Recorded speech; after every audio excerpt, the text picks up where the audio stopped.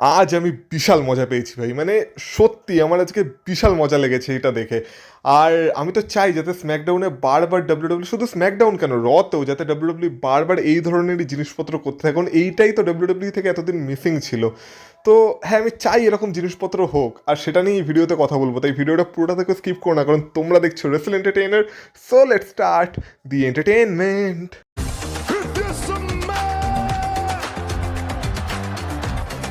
Acknowledge me. Acknowledge me. You there, sitting at home. Acknowledge me. তো হ্যাঁ হ্যাঁ, তোমরা ঠিকই ধরেছো, আমি এখানে কথা বলছি ড্যান হজেনের। আর আজকে স্ম্যাকডাউনে আমরা ড্যান হজেনকে দেখতে পেয়েছিলাম, যেখানে ব্যাক স্টেজে তার নিক অল্ডিসের সাথে একটা সেগমেন্ট ছিল, যেখানে আজকেও সে নিক অল্ডিসকে ভয় দেখিয়ে দিয়েছিল, আর তারপর নিক অল্ডিসের কাছেও সে তার নিজের ডিমান্ড রাখছিল। আর তার ডিমান্ডগুলো সেই হয় বড় বড় লেভেলের, মানে সে নিক অল্ডিসের কাছেও গিয়ে বলছে যে স্ম্যাকডাউনের বস তো তুমি, তাহলে তোমার কাছে আমি কিছু ডিমান্ড রাখছি, যেমন আমার চাই এই বছরের হল অফ ফেমে ইন্ডাকশন, তো আমি এই বছরের হল অফ ফেমার হতে চাই। তাছাড়া আমার একটা পার্সোনাল অ্যাসিস্ট্যান্ট চাই, আমার একটা মেন্টর চাই যে কিনা আমাকে ডাব্লিউডাব্লিউ চ্যাম্পিয়নশিপ জিততে সাহায্য করবে। তো এই ধরনের বড় বড় ডিমান্ড ড্যান হজেন রাখছিল, আর সেই সময় নিক অল্ডিস বলে যে দেখ ভাই, আমি স্ম্যাকডাউনের জেনারেল ম্যানেজার, আর কাউকে পার্সোনাল মেন্টর দেওয়া আমার কাজ না। কিন্তু তারপরই তার চোখ কারো দিকে যায়, আর সে বলে 1 মিনিট, কিন্তু হ্যাঁ তুই এই মেন্টরের ব্যাপারটা একটু ধরে রাখ, কারণ এই বলে সে যায় দ্য মিজের কাছে। আর মিজকে গিয়ে বলে কি মিজ, অনেক দিন ধরে আমি দেখছি যে তুই নতুন নতুন ডাব্লিউডাব্লিউ সুপারস্টারদের কিছু শেখাতে চাইছিস, তাদের মেন্টর করতে চাইছিস, আর আমি এই ব্যাপারটাকে রেসপেক্ট করি যে তুই সময় বের করে এই কাজটা করতে চাইছিস। তো আমি তোকে আজকে একটা নতুন ডাব্লিউডাব্লিউ সুপারস্টারকে দিতে চলেছি যাকে তুই মেন্টর করতে পারিস। তো মিস তো বিশাল আনন্দ পেয়ে যায় যে ফাইনালি নিক অল্ডিস তাকে অ্যাকনলেজ করেছে। আর তারপর সে মিজের সাথে দেখা করায় ড্যান হজেনের। আর ড্যান হজেন যেই সময় আর কি নিক অল্ডিস মিজের দিকে যাচ্ছিল, সে সময় ড্যান হজেন তার পেছন পেছন যেভাবে হেঁটে হেঁটে আসছিল, ওইটা ভাই দেখে আমি তো হাসতে হাসতে পাগল হয়ে গেছি। কিন্তু যাই হোক, তারপর মিস যখন ড্যান হজেনকে দেখে, তখন মিজের মানে সেই হাসিটা একদম হতাশায় পরিণত হয় যে এইটা কাকে দিয়ে দিল। আর সেই বলে নিক অল্ডিস তো সেখান থেকে চলে যায়। আর মিস বলতে থাকে যে আমি এরকম কাউকে চাইনি, আমি এমন কাউকে চেয়েছিলাম যার মধ্যে কিনা মানে ডাব্লিউডাব্লিউ চ্যাম্পিয়ন হওয়ার মতো প্রতিভা আছে। কিন্তু ড্যান হজেন তখন তার হাতটাকে ধরে নেয়। আর মিস তখন ড্যান হজেনকে বলে যে দেখ ভাই, আমি তোকে মেন্টর করতে পারবো না। তখন ড্যান হজেন বলে যে না না, তোকে করতে হবে, তোকে মেন্টর করতে হবে, তোকে আমাকে ওয়ার্ল্ড চ্যাম্পিয়ন বানাতে সাহায্য করতে হবে, আর আরেকটা ব্যাপার, আমাকে একটা পার্সোনাল টিভি শো দিতে হবে, মানে যেমন মিস টিভি হয় তেমন একটা পার্সোনাল ওকে শো দিতে হবে ডাব্লিউডাব্লিউতে। তখন মিস বলে আমি তোকে মেন্টর করবো না। বলে না, তুই করতে বাধ্য। বলে কেন? বলে কারণ তুই যদি আমাকে মেন্টর না করিস তাহলে ইউ আর কার্সড। মানে তাকেও, মানে মিসকেও অভিশাপ দিয়ে দিয়েছে ড্যান হজেন। আর তখন মিস হাসতে থাকে, কিন্তু তারপর ড্যান হজেন তার কানে কানে বলে আগের উইকের রতে, মানে এই উইকের রতে ডমিনিকের সাথে কি হয়েছে দেখেছিস তো। আর এইটা বলার সাথে সাথে মিজের মুখে সেই হাসি চলে যায়। আর তারপর মিস যখন ড্যান হজেনকে খুঁজতে যায়, তখন আর ড্যান হজেনকে কোথাও দেখতে পায় না। তো এই যে একটা ফানি সেগমেন্ট, এই যে ড্যান হজেনের মধ্যে একটা ব্যাপার আছে যে সে ন্যাচারালি সবাইকে এত হাসাতে পারে, এই ব্যাপারটাই যেন ডাব্লিউডাব্লিউতে এতদিন একটু মিস ছিল। কারণ হ্যাঁ, অবশ্যই আর্ট্রুথ ছিল, আর আর্ট্রুথ তো লেজেন্ডারি কমেডিয়ান, কিন্তু আর্ট্রুথও যেন এখন কোথাও একটু একঘেয়ে হয়ে যাচ্ছিল, আর সেই ধরনের মানে কমেডি করতে পারছিল না। কিন্তু ড্যান হজেন আসার পর ড্যান হজেনের যেরকম এক্সপ্রেশন, যেভাবে তার ডেলিভারি, সেগুলো সব একদম ন্যাচারাল, মানে কেউ বলবে না যে ড্যান হজেন কিছু ওভার করার চেষ্টা করছে। তো এই ধরনের ক্যারেক্টারকে সত্যি ডাব্লিউডাব্লিউতে প্রয়োজন ছিল। আমি তো ড্যান হজেনকে ডাব্লিউডাব্লিউতে পেয়ে খুব হ্যাপি। তোমাদের কথা জানি না, কিন্তু 1 মিনিট, তোমরা কি এই কথাটা এতক্ষণ শুনতে চাইছিলে না? আচ্ছা, তোমরা তাহলে কোন বিষয়ে কথা শুনতে চাইছিলে? আচ্ছা আচ্ছা, বুঝতে পেরেছি, অ্যালেক্সা ব্লিস আর শার্লেট ফ্লেয়ার আজকে ওমেন্স ট্যাগ টিম চ্যাম্পিয়নশিপের নাম্বার 1 কন্টেন্ডার হয়ে গেছে, এটা জানতে চাইছিলে তো? না, এটাও না, তাহলে কোনটা? আচ্ছা আচ্ছা, বুঝতে পেরেছি, আর্ট্রুথের কথাই তো হচ্ছিল। তার মানে ওই যে ড্যামিয়ান প্রিস্ট আর আর্ট্রুথের নতুন ট্যাগ টিম তৈরি হয়ে গেছে, আর তারা আজকে একটা ট্যাগ টিম টার্মোয়েল ম্যাচ জিতে ট্যাগ টিম চ্যাম্পিয়নশিপের নাম্বার 1 কন্টেন্ডার হয়ে গেছে, এটাই জানতে চাইছো তো? ও, এটাও না, তাহলে কোনটা, কোন বিষয়টা? ও আচ্ছা আচ্ছা আচ্ছা, মূল পথে আসি তাহলে। কোডি রোডস, ড্রু ম্যাকেন্টায়ার, মেন ইভেন্ট, নতুন চ্যাম্পিয়ন। তো এটাই অবাক হওয়ার কি আছে? এটা কি তোমরা আশা করোনি? যারা আমার কালকের ভিডিওটা দেখেছিলে, আমি তো কালকের ভিডিওতেই বলেছিলাম যে চান্স এটাই বেশি আছে যে কোডি রোডস আজকে নতুন চ্যাম্পিয়ন হয়ে বেরাবে, আর ঠিক সেটাই হয়েছে। এটা এত অবাক হওয়ার কি আছে? কারা ভেবেছিল আজকে ড্রু ম্যাকেন্টায়ার টাইটেল রিটার্ন করবে? এটা ভাবলে কি করে? ডাব্লিউডাব্লিউ কে চালাচ্ছে? ট্রিপল এইচ, হ্যাঁ, তো এই জন্যই তো বলেছিলাম। বাহুবলী দেখেছো তো? বাহুবলীতে একটা সিন ছিল, কটপ্পাকে বাহুবলী বলেছিল যে জব তক তুম মেরে সাথ হো মুঝে মারনে ওয়ালা पैदा नहीं हुआ मामा। তো ঠিক সেম কথা কোডি রোডস ও ট্রিপল এইচকে বলে। আর এই কারণেই তো কোডি রোডস বারবার চ্যাম্পিয়ন হতে পারে। দেখো, আজকে আমি সোজা কথা সোজাভাবে বলবো, যার খারাপ লাগবে লাগবে, যার শুনতে ভালো লাগবে না তারা ভিডিওটাকে বন্ধ করে চলে যেতে পারো, বিশেষ করে তুমি যদি কোডি ক্রাই বেবি হয়ে থাকো তো।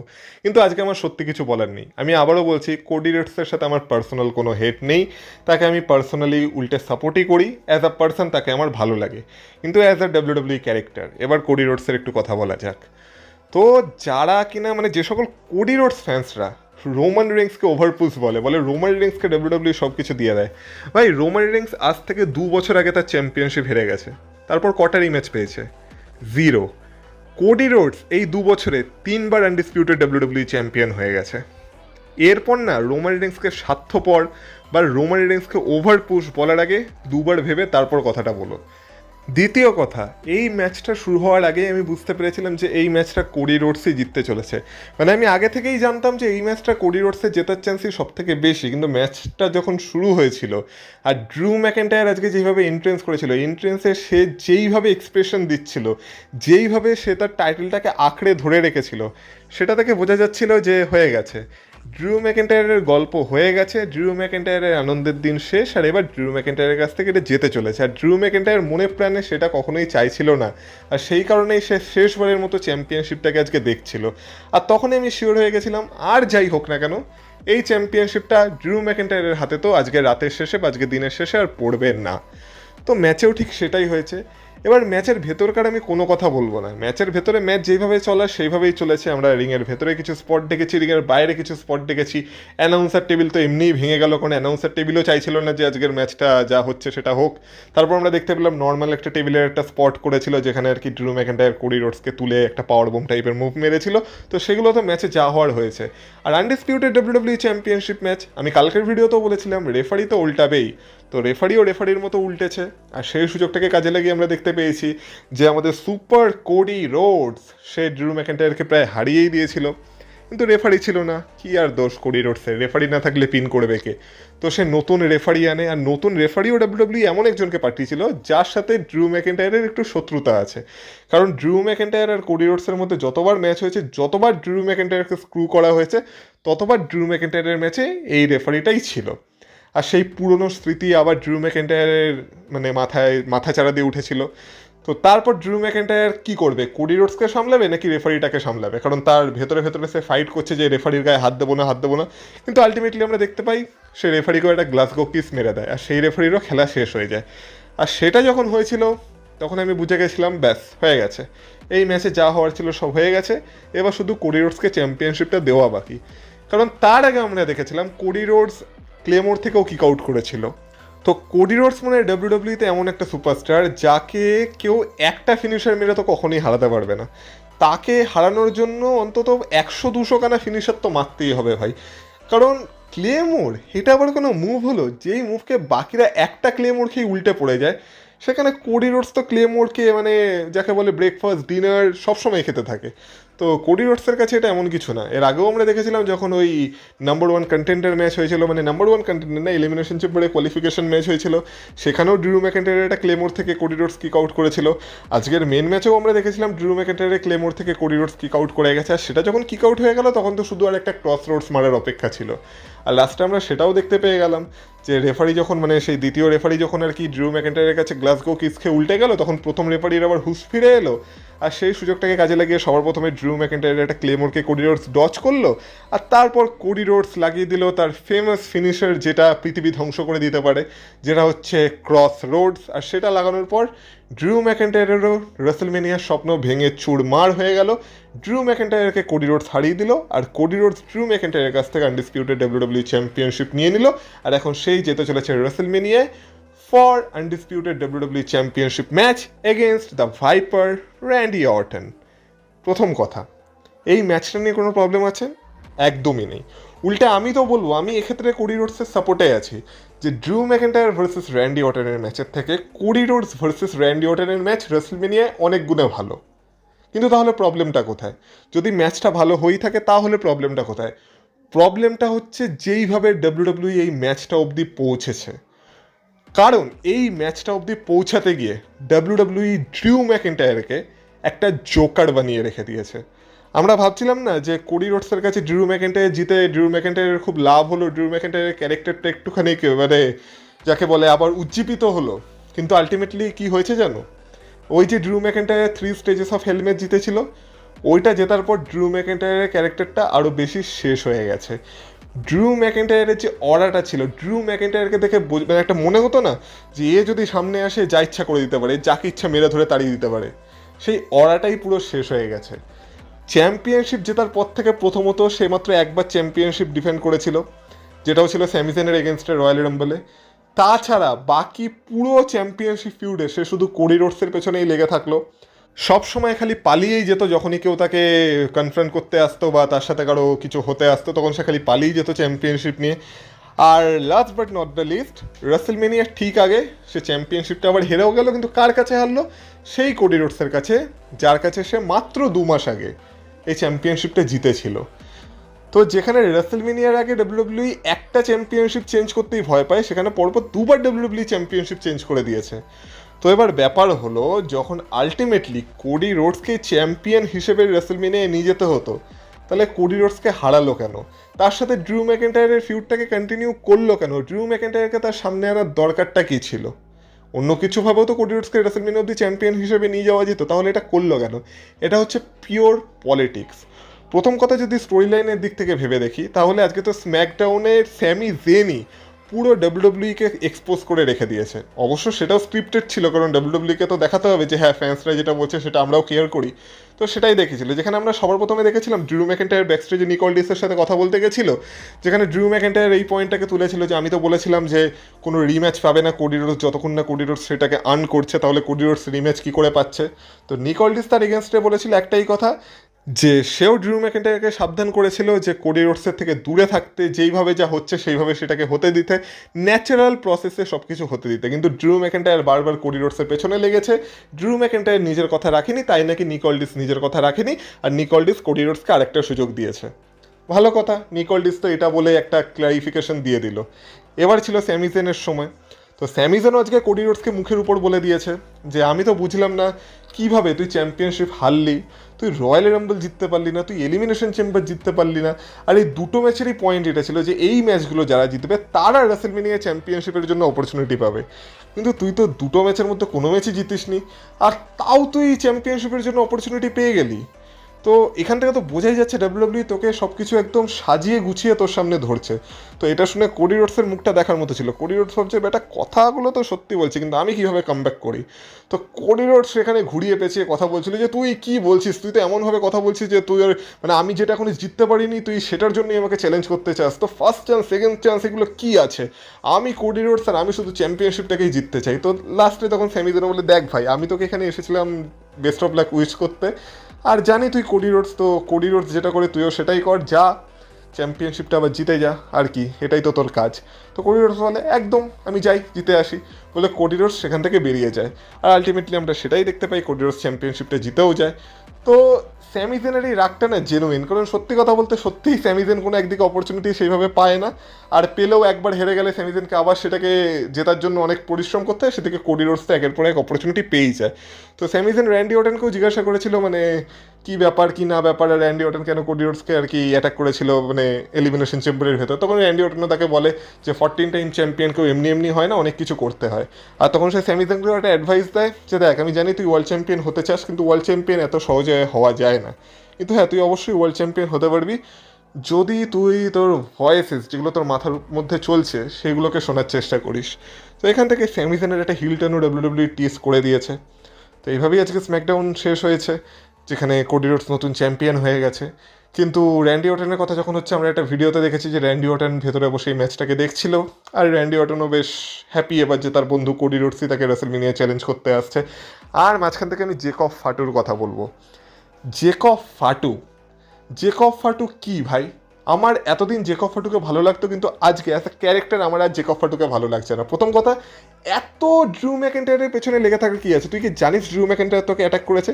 আর যদি জেনেই থাকিস সেটাকে সামনাসামনি বল না, একবার ড্রু ম্যাকেন্টায়ারের পেছনে, একবার কোডি রোডসের পেছনে। মানে ও চায়টা কি? ওকে কে ব্যাকস্টেজে মেরেছে ও নিজেই জানে না, তো ও যদি নিজেই না জানে আমরা কোথা থেকে জানবো? আর যদি ও নিজে জেনে থাকে সেটা আমাদেরকে ক্লিয়ার করুক। বারবার আসে ড্রু ম্যাকেন্টায়ারকে বেস্ট ম্যাচগুলোকেই মানে কস্ট করিয়ে দিয়ে চলে যাবে। হ্যাঁ, এবার সে বলতে পারে যে আমিই তো জিতিয়েছিলাম ড্রু ম্যাকেন্টায়ারকে, ওই একবার জিতিয়ে বাকি তো ড্রু ম্যাকেন্টায়ারের পুরো মানে ড্রু ম্যাকেন্টায়ারকে পুরো বরবাদ করে ছেড়ে দিয়েছে। ওদিক থেকে ড্রু ম্যাকেন্টায়ারও জেকব ফটুর পেছন ছাড়ে না, ওদিক থেকে জেকব ফটু ড্রু ম্যাকেন্টায়ারের পেছন ছাড়ে না। আজকেও মানে জেকব ফটু এসেছিল, জেকব ফটুর ইন্টারফিয়ারেন্সের কারণেই আমরা বলতে পারি যে কোডি রোডস জিতে গেছে, কারণ ড্রু ম্যাকেন্টায়ার তো একটা চিয়ার নিয়ে চলেই এসেছিল, যখন রেফারি উল্টেছিল একটা চিয়ার শটটা আজকে কোডিকে মেরেই দিত, কিন্তু জেকব ফটু সেটাও মারতে দেয়নি। জেকব ফটু এই দিক থেকে সৎ পথে খেলবে। তো যাই হোক না কেন, নাও এবার রাসেলমেনিয়ায় match, dream match, Drew McIntyre versus Jacob Fatu. এটাই তো সবাই চেয়েছিল যে কোথায় ড্রু ম্যাকেন্টায়ার রাসেলমেনিয়ার 1 মাস আগে চ্যাম্পিয়ন ছিল, সেখানে সে রাসেলমেনিয়ায় কাকে ফেস করবে, জেকব ফটুকে, তাও এটা নন চ্যাম্পিয়নশিপ ম্যাচে, যদি এখনও ডব্লিউডব্লিউ ম্যাচটাকে ফিক্স না করে তো। আর করবে বলেও মনে হয় না, রাসেলমেনিয়ায় র্যান্ডি অর্টন ভার্সেস কোডি রোডসের ম্যাচই হতে চলেছে। এবার ওই কথায় আসি যে আমি কেন বলছিলাম যে এটা পুরোটা একটা পলিটিক্স, আর কেন ডব্লিউডব্লিউ করেছে এবার স্পষ্টভাবে তোমরা শোনো। আর এইটাই সত্যি, এটাই ফ্যাক্ট, বিশ্বাস করতে হলে করো, না করতে হলে আই ডোন্ট কেয়ার, যা ইচ্ছা তাই করো। এখানে পুরো বিষয়টা হচ্ছে ডব্লিউডব্লিউ এর ব্যাক স্টেজ পলিটিক্স, বিশেষ করে ট্রিপল এইচ এর পলিটিক্স। কারণ যেমন আমি তোমাদের বলেছিলাম, ট্রিপল এইচ আর রোমান রিংসের মধ্যে একটা পাওয়ার স্ট্রাগল ব্যাক স্টেজে চলছে, আর রোমান রিংস এটাই ডিমান্ড করেছিল যে কোডি রোডসের কাছে যদি আনডিসপিউটেড ডব্লিউডব্লিউ চ্যাম্পিয়নশিপ থাকে। এবার 2 বছর পর রোমান রিংস এই চ্যাম্পিয়নশিপটার জন্য একটা রিম্যাচ ডিমান্ড করেছিল রাসেলমেনিয়ায়, যেখানে সে সোজা কথা বলেছিল যে কোডি রোডস রাসেলমেনিয়ায় চ্যাম্পিয়ন হিসেবে যাবে, রোমান রিংস রয়্যাল রাম্বল জিতে কোডি রোডসকে চ্যালেঞ্জ করবে, তারপর রাসেলমেনিয়াতে আবার রোমান রিংস ভার্সেস কোডি রোডসের ম্যাচ হবে, আর সেই ম্যাচে রোমান রিংস আর হারবে না, কারণ রোমান রিংস কোডি রোডসকে যা মোমেন্ট দেওয়া দিয়ে দিয়েছে, আর সে কোডি রোডসের সামনে ছোট হতে চায় না। এবার রোমান রিংস এই চ্যাম্পিয়নশিপটা জিততে চায়, জিতে ডব্লিউডব্লিউর ভার নিজের কাঁধে আবার নিতে চায়, ডব্লিউডব্লিউকে আবার এগিয়ে নিয়ে যেতে চায়। এটাই সে ডিমান্ড করেছিল ডব্লিউডব্লিউতে ট্রিপল এইচের কাছে। কিন্তু ট্রিপল এইচের সোনার টুকরো ছেলে হচ্ছে কোডি রোডস, আর ট্রিপল এইচ কোডি রোডসকে কোনোভাবেই রোমান রিংসের থেকে তো অন্তত ছোট দেখাতে পারবে না। কিন্তু রোমান রিংসেরও যা ক্ষমতা আছে না, সেখানে ট্রিপল এইচের কিছু করার নেই, কারণ ট্রিপল এইচ যদি ক্রিয়েটিভ কন্ট্রোলের হেড হয়ে থাকে, তাহলে টিকে ওর বোর্ড অফ ডিরেক্টরসে বসে আছে তার রক, যে হচ্ছে রোমান রিংসের ব্লাড লাইন মেম্বার। তো সেই কারণে ট্রিপল এইচের ক্ষমতা ছিল না রোমান রিংসের সাথে মুখোমুখি দাঁড়িয়ে তাকে টক্কর দেওয়ার। কিন্তু সেই কারণে যেহেতু ট্রিপল এইচের কাছেও একটা পাওয়ার আছে, সেই পাওয়ারের অপব্যবহার ট্রিপল এইচ করেছে, সে পুরো পলিটিক্স খেলেছে। কি যে যদি কোডি রোডসের কাছে চ্যাম্পিয়নশিপই না থাকে, তাহলে রোমান রিংস চ্যালেঞ্জ করবেটা কাকে? তো যখন রোমান রিংসের ডব্লিউডব্লিউতে ফেরার সময় হয়ে গেছিল, তখন কোডি রোডসের কাছ থেকে ট্রিপল এইচ চ্যাম্পিয়নশিপটাকেই সরিয়ে দিল। এবার এর মাঝখানে একটু ড্রু ম্যাকেন্টায়ারের ফ্যান্সদেরকে আনন্দের মুহূর্ত দিয়ে দিল যে নাও তোমরাও একটু আনন্দে থাকো, তোমরা ভাবো যে তোমাদের ড্রু ম্যাকেন্টায়ারের সাথে এবার ভালো কিছু হবে, তোমাদের ড্রু ম্যাকেন্টায়ার এবার চ্যাম্পিয়ন হতে পারবে। তো এই আনন্দটা ড্রু ম্যাকেন্টায়ারের ফ্যান্সদেরকে দিয়ে দিয়েছিল, কোডি রোডসের কাছ থেকে চ্যাম্পিয়নশিপই সরিয়ে দিয়েছিল। এবার প্ল্যান মতো যেমন বললাম, রোমান রিংসের এই বছরের রয়্যাল রাম্বল জেতার কথা ছিল, রোমান রিংস রয়্যাল রাম্বল জিতলো। কিন্তু এবার যে রোমান রিংস কোডি রোডসকে চ্যালেঞ্জ করবে, কিভাবে করবে? কারণ কোডি রোডসের কাছে তো আর চ্যাম্পিয়নশিপই নেই, তাই রোমান রিংসকে বাধ্য হয়ে এবার সিএম পাঙ্ককে চ্যালেঞ্জ করতে হলো, কারণ ট্রিপল এইচও জানতো রোমান রিংস ভার্সেস কোডি রোডসের ম্যাচ ছাড়া রোমান রিংস ভার্সেস ড্রু ম্যাকেন্টায়ারের ম্যাচ তো কোনোভাবেই রাসেলমেনিয়ায় হবে না। তো সেই কারণে রোমান রিংস আর সিএম পাঙ্কের ম্যাচ সেট হয়ে গেল। এবার রোমান রিংস ভার্সেস সিএম পাঙ্কের ম্যাচ যখন পুরোপুরি কনফার্ম হয়ে গেল, এই ম্যাচটাকে আর কোনোভাবে চেঞ্জ করা যাবে না, তখন ট্রিপল এইচ আবার বললো যে ব্যাস, রোমান রিংসকে আমি কোডি রোডসের পথ থেকে সরিয়ে দিয়েছি, কোডি রোডসকে আর রোমান রিংসকে ফেস করতে হবে না, এবার আমি যেটা অরিজিনাল প্ল্যান করেছিলাম সেই প্ল্যানের সাথেই যাব, আমার সোনার টুকরো ছেলে কোডি রাসেলমেনিয়াতে যাবে অ্যাজ চ্যাম্পিয়ন। আর এর মাঝখানে বলির বাখরা একটা মহড়া সবই হলো কে, ড্রু ম্যাকেন্টায়ার। ড্রু ম্যাকেন্টায়ার শুধুমাত্র একটা ট্রানজিশনাল চ্যাম্পিয়ন হিসেবে এখানে কাজ করলো, তার না তো কোনো ক্যারেক্টার ডেভেলপমেন্ট হলো, উল্টে ক্যারেক্টার আরও বিগড়ে গেল। আর কোডি রোডস আবার তার থেকে চ্যাম্পিয়নশিপ ঠিক রাসেলমেনিয়ার আগে নিয়ে নিল, যখন রোমান রিংসকে ফেস করার আর কোনো পসিবিলিটি তার কাছে রইল না। আর এখন কোডি রোডস ভার্সেস র্যান্ডি অর্টনের ম্যাচ হবে, যেই ম্যাচটাও ফ্যান্সরা দেখতে চেয়েছিল, যেটাও একটা ড্রিম ম্যাচ বলা যেতে পারে। যদিও কিং অফ দ্য রিংয়ে সেটা একবার হয়ে গেছে, কিন্তু এবার সেটা আরও বড় স্টেজে হতে চলে যায়, স্টেক আরও হাই, এবার এটা আনডিসপিউটেড ডব্লিউডব্লিউ চ্যাম্পিয়নশিপের জন্য হবে। তো অবশ্যই ম্যাচটা তো রাসেলমেনিয়া ক্যালিবারের ম্যাচ। কিন্তু ট্রিপল এইচ কেন রোমান রিংসকে কোডি রোডসের সামনে আনতে চাইলো না, বা কোডি রোডসকে রোমান রিংসের সামনে আনতে চাইলো না? কারণ ট্রিপল এইচও ভালো মতো জানে রোমান রিংসের সামনে কোডি রোডস কিচ্ছু না। কথাটা পুরো বাস্তব কথা, যার খারাপ লাগছে, আমি যেমন বললাম আমার কিছু যায় আসে না, কিন্তু এটাই বাস্তব যে রোমান রিংসের সামনে কোডি রোডস কিছুই না। আর মাঝে আরেকটা ছোট বোনাস পয়েন্ট বলবো কি, আজকে যখন র্যান্ডি অর্টন স্ম্যাকডাউনের প্রথমে প্রোমো কাট করতে এসেছিল না, সেই সময় তাকে ইন্টারাপ্ট করেছিল ট্রিক উইলিয়ামস। আজকে ট্রিক উইলিয়ামসের যেভাবে এন্ট্রি হয়েছে, ট্রিক উইলিয়ামসের অরা না কোডি রোডসের থেকে অনেক বেশি মনে হচ্ছিল। যদিও কোডি রোডসের সামনে ট্রিক উইলিয়ামসও কিছু না, যেমন রোমান রিংসের সামনে কোডি রোডস কিছু না, তেমন কোডি রোডসের সামনে ট্রিক উইলিয়ামস কিছু না, কিন্তু তবু ট্রিক উইলিয়ামসের আজকে যে অরাটা সেটা অনেকটা বেশি মনে হচ্ছিল কোডি রোডসের থেকে। তাকে দেখে সুপারস্টারের মতো মনে হচ্ছিল, তাকে যেভাবে প্রেজেন্ট করা হয়েছিল সেটাকে দেখে মনে হচ্ছিল যে হ্যাঁ ট্রিক উইলিয়ামস একজন সুপারস্টার। আর আমি তো উল্টে বলবো যে ট্রিক উইলিয়ামস ভার্সেস র্যান্ডি অর্টনের যদি ম্যাচ হয় ভবিষ্যতে চ্যাম্পিয়নশিপের জন্য, আমি হয়তো সেটার জন্য আরও বেশি এক্সাইটেড থাকবো। হতে পারে কোডি রোডস ডাব্লিউডাব্লিউতে খুব বড় নাম হয়ে গেছে, হতে পারে ডাব্লিউডাব্লিউতে কোডি রোডস খুব বড় সুপারস্টার হয়ে গেছে, কিন্তু এখনও রোমান রিংসের লেভেল, রোমান রিংসের ওরা কোডি রোডসের থেকে অনেক বেশি, অনেক অনেক বেশি। আর সেই কারণে রোমান রিংসের সামনে যখন কোডি রোডস দাঁড়ায় তখন কোডি রোডসের কোনো চান্স থাকেই না, আর ফ্যান্সরা সেক্ষেত্রে রোমান রিংসকেই সাপোর্ট করবে। এবার কেউ যদি বলতে আসো যে 2024 তাহলে কী হয়েছিল, সেই সময় গল্প আলাদা ছিল, সেই সময় পরিস্থিতি আলাদা ছিল, আর সেই সময় সবাই কোডি রোডসকে সাপোর্ট করেছিল, কারণ তার আগে কোডি রোডস একবারও ওয়ার্ল্ড চ্যাম্পিয়ন হতে পারেনি, সে একবারও রেসেলমেনিয়াকে মেন ইভেন্ট করতে পারেনি। কিন্তু এবার এত বছর পর সবাই জানতো যে কোডি রোডসের স্বপ্ন পূরণ হয়ে গেছে, তার স্টোরি ফিনিশ হয়ে গেছে, সে রেসেলমেনিয়াকে মেন ইভেন্ট করে ফেলেছে, সে দুবার রয়্যাল রাম্বল জিতে ফেলেছে, সে ব্রক লেসনারকে হারিয়ে দিয়েছে, তার যা যা করার ছিল সে সব কিছু করে ফেলেছে, সে কিং অফ দ্য রিং জিতে গেছে। এবার কোডি রোডসের কাছে প্রুভ করার মতো আর কিছু ছিল না। তো সেই কারণে এখন যদি কোডি রোডসের সামনে রোমান রিংসকে দাঁড় করাতো তাহলে কোডি রোডস কোনো পাত্তাই পেতো না। আর ট্রিপল এইচ এইটাকেই চায়নি, আর ট্রিপল এইচ বারবার চেয়েছিল যাতে কোডি রোডস আর রোমান রিংসের সিচুয়েশনটাকে অ্যাভয়েড করা যেতে পারে। কারণ যদি একবার কোডি রোডস আর রোমান রিংস মুখোমুখি হয়ে যেত তাহলে রোমান রিংস তো সেই ম্যাচটা হারতো না, রোমান রিংস কোডি রোডসকে শেষ করেই ছাড়তো, আর ট্রিপল এইচ সেটা নিজের চোখে দেখতে পারতো না। তো শুধুমাত্র রোমান রিংসের হাত থেকে কোডি রোডসকে বাঁচানোর জন্য, রোমান রিংস আর কোডি রোডসকে আলাদা রাখার জন্য, শুধুমাত্র কিছুদিনের জন্য ট্রিপল এইচ পলিটিক্স করে কোডি রোডসের কাছ থেকে চ্যাম্পিয়নশিপ নিয়ে নিয়েছিল। আর এখন যখন রোমান রিংস কোডি রোডসের পথ থেকে সরে গেছে তখন রাস্তা পুরো ক্লিয়ার হয়ে গেছে, আর আবার কোডি রোডসকে চ্যাম্পিয়ন বানিয়ে দেওয়া হয়েছে।